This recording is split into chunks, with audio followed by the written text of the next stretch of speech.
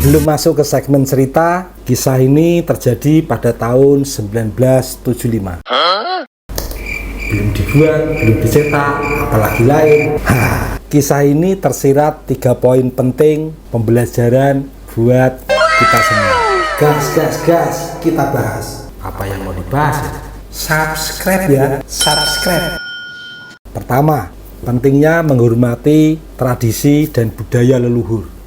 Kedua, menghargai kearifan lokal. Dan ketiga, menjaga keseimbangan modernisasi dan tradisi. Pada tahun 1975 di sebuah desa pada saat itu banyak program pemerintah untuk pembangunan sekolahan. Diwarnai kejadian kronologi misteri penemuan tulang belulang manusia.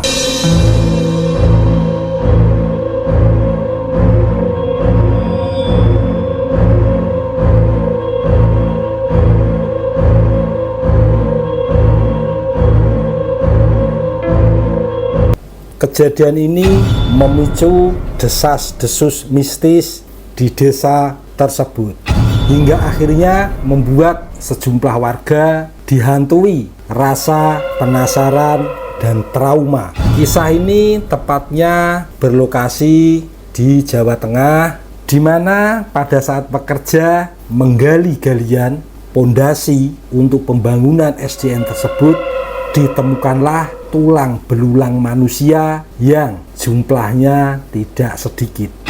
Walaupun sejak awal pada saat proses pembangunan pemilihan lokasi SDN tersebut sudah ada peringatan dari tetua desa, karena dulunya lokasi yang akan dibangun sekolahan tersebut adalah bekas hutan angker, dan konon ceritanya di situ ada petilasan, ada makam leluhur yang belum diketahui keberadaannya.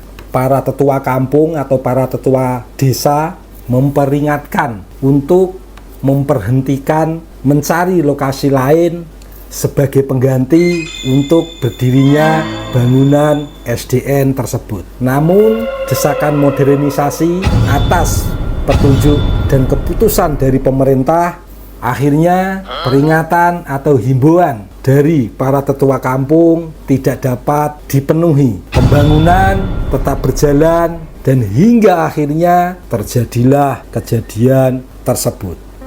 Sebut saja namanya Paimin, bukan nama sebenarnya, tukang yang pada saat itu ikut serta dalam proses pembangunan SDN sejak dimulainya penggalian pondasi awal. Paiman memegang cangkul, diayunkan cangkulnya beberapa kali hingga tak terasa sudah sejam dia melakukan pekerjaannya sebagai tukang bangunan. Dan pada saat itu sedang menggali tanah untuk peletakan batu pondasi bangunan SD negeri tersebut. Setelah berjalan setengah hari Paiman kerja, tibalah waktunya beristirahat dengan teman-temannya. Jadi di situ pekerja yang mengerjakan bangunan tersebut ada beberapa orang, di antaranya sebut saja namanya Paiman dan Paimin. Perlu digarisbawahi bahwa kisah ini adalah kisah nyata yang mana narasumber, tokoh, dan lokasi sengaja kita rahasiakan. Setelah selesai beristirahat, Paimin dan Paiman melanjutkan pekerjaannya untuk menggali tanah pondasi. Pada saat Paimin dan Paiman kembali ke lokasi kerja, tiba-tiba Paimin merasa ada sesuatu yang aneh atau janggal di perasaannya. Bisikan di telinganya yang mengatakan suara angin yang bergemuruh. Padahal pada saat siang itu tidak ada tanda-tanda angin atau tanda-tanda mendung, tanda-tanda akan hujan. Tapi Paimin ini merasakan perasaan yang ada dalam hati dan pikiran itu ada sesuatu yang aneh atau janggal. Kemudian di telinganya merasakan atau mendengar sesuatu yang seperti suara angin. Suara angin kayak apa ya? Tapi karena tuntutan kerja Pak Imin tetap melanjutkan tanggung jawabnya, melanjutkan pekerjaan galian tanah. Setelah sekian jam melanjutkan pekerjaannya, tanpa disengaja Pak Imin cangkulnya menggempas sesuatu yang keras. Beberapa kali cangkul Pak Imin berbenturan dengan sesuatu benda yang keras. Karena penasaran, akhirnya Pak Imin mencoba untuk mencari tahu benda apakah yang ada di dalam tanah tersebut. Akhirnya Pak Imin mengorek lebih dalam. Ketika tangan Pak Imin memegang sesuatu yang keras tersebut, diangkat dan terlihatlah bahwa itu tulang tengkorak manusia.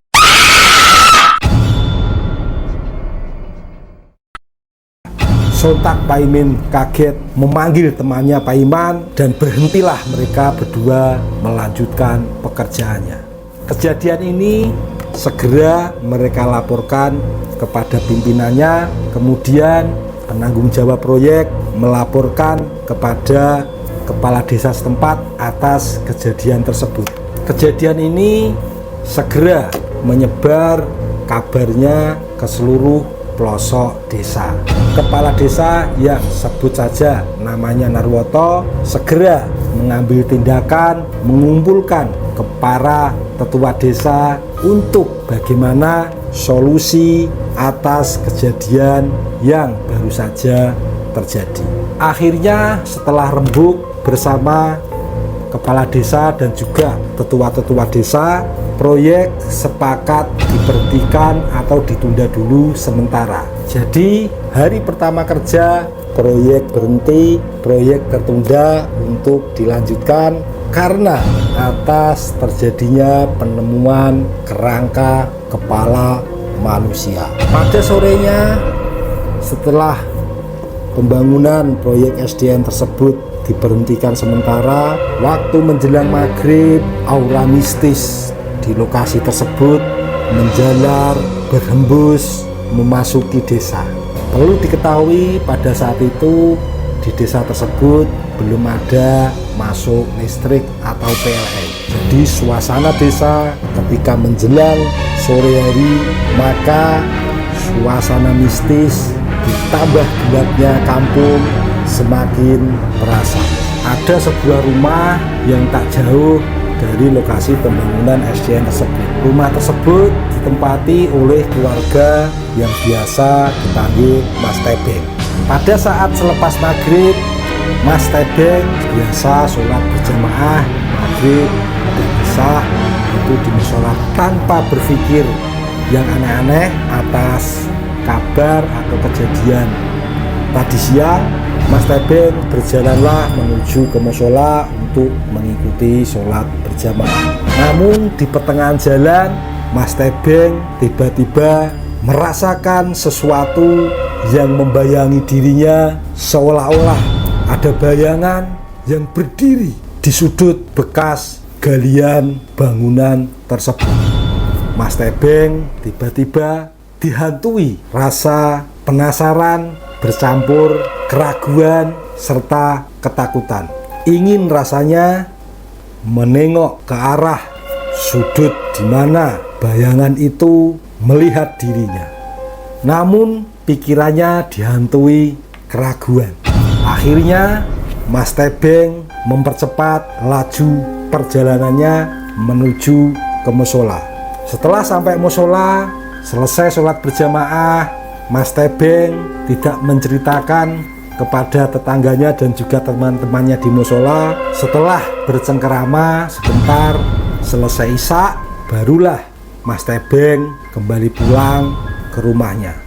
Setelah keluar dari area lokasi musola, perjalanan mendekati lokasi galian penemuan tulang manusia tersebut, tiba-tiba Mas Tebeng teringat akan kejadian tadi. Ada sosok yang dari sudut sana melihatnya, bayangan misterius yang tadi ingin dilihatnya namun dihantui rasa ketakutan. Waktu menunjukkan pukul 8 malam ketika Mas Tebeng melintasi area pembangunan tersebut, timbullah perasaan yang sama yang saat ini ada sesuatu yang mengikutinya dari belakang dan juga sudut lokasi pembangunan tersebut.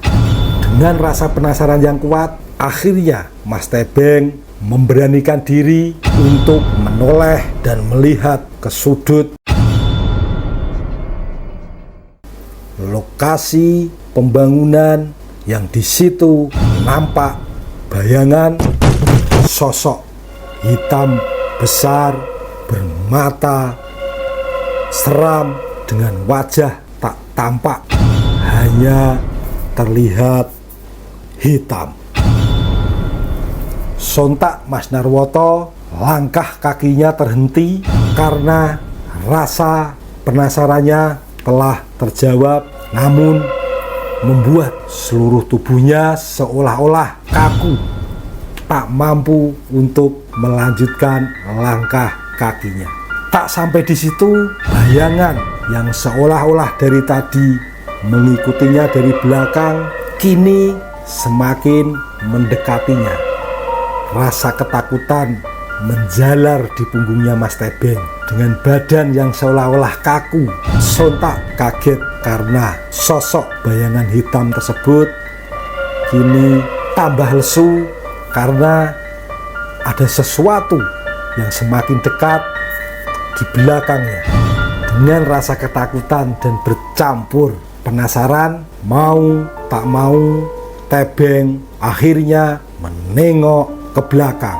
Ia melihat wajah pucat seram dengan mata menyala seolah-olah ingin mendekap Tebeng dari belakang. Sontak Tebeng dengan kekuatan entah dari mana datangnya lari tunggang langgang. Sambil ngos-ngosan, setelah sampai di depan rumahnya, kemudian menyapa istrinya, Tebeng menceritakan kejadian apa yang dialami barusan. Sang istri mengatakan bahwa kejadian ini